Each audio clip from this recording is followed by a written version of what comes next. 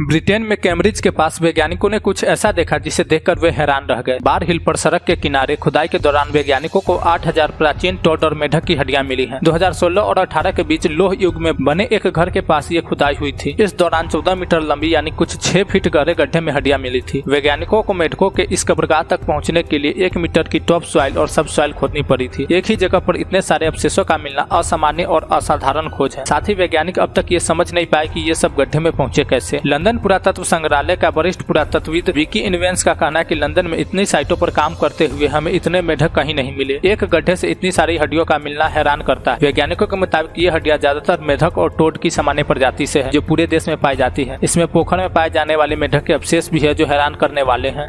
पाषाण युग की बात करें तो ऐसे प्रमाण पाए गए हैं जो ये बताते हैं कि तब लोग मेढक खाया करते थे। हालांकि गड्ढे में मिली हड्डियों पर किसी तरह का न तो कोई कट है न ही जलने का निशान है, इसलिए यह भी नहीं कहा जा सकता कि लोगों ने इन मेढकों को खाया था। हालांकि अगर मेढकों को उबाला भी गया होता तो भी इसके निशान मिलते। जहाँ से ये अवशेष मिले हैं वहाँ से जले हुए अनाज के प्रमाण मिले थे, जिससे पता चलता है कि लोग फसल को प्रोसेस करते थे। फसलों की वजह से दूसरे कीट वहीं आते होंगे और उन्हें खाने के लिए मेढक वहाँ आए होंगे। प्रागैतिहासिक काल में मेढकों के साथ हुई इस त्रासदी के पीछे एक और थ्योरी दी जाती है, वो यह है कि मेढक प्रजनन के क्षेत्रों की तलाश में वसंत में इस इलाके में आए होंगे और गड्ढे में गिरकर फंस गए होंगे। यह भी कहा जा रहा है कि हो सकता है कि कड़ाके की ठंड ने इन मेढकों की जान ली होगी। एक थ्योरी यह भी है कि ऐसा मेढकों में किसी बीमारी की वजह से हुआ होगा। ब्रिटेन में 1980 के दशक में राना वायरस ने मेढकों की आबादी को खत्म कर दिया था। इस वायरस से मेढक इतने प्रभावित हुए कि रोग की निगरानी और रिपोर्ट करने के लिए फ्रॉग मोर्टेलिटी प्रोजेक्ट शुरू किया गया था। राना वायरस ऐसे वायरस है जो कुछ मछलियों और सरीसृपों की बड़ी संख्या को प्रभावित करते हैं। विकी इनवेंस का कहना है कि यह एक हैरान करने वाली खोज है जिसे हम अभी समझने की कोशिश कर रहे हैं। मेढक के अवशेषों के एक साथ होने के कई अलग अलग कारण हो सकते हैं। आने वाले समय में हम यह भी जान जाएंगे, लेकिन अभी हमें नहीं पता है कि ऐसा क्यों था। साइट पर केवल मेढक की हड्डियां ही नहीं पाई गई थी, बल्कि कलाकृतियों के साथ साथ इंसानों और जानवरों के भी अवशेष मिले थे। नमूनों पर अभी काम किया जा रहा है। उम्मीद है कि यह रहस्य जल्दी सुलझेगा।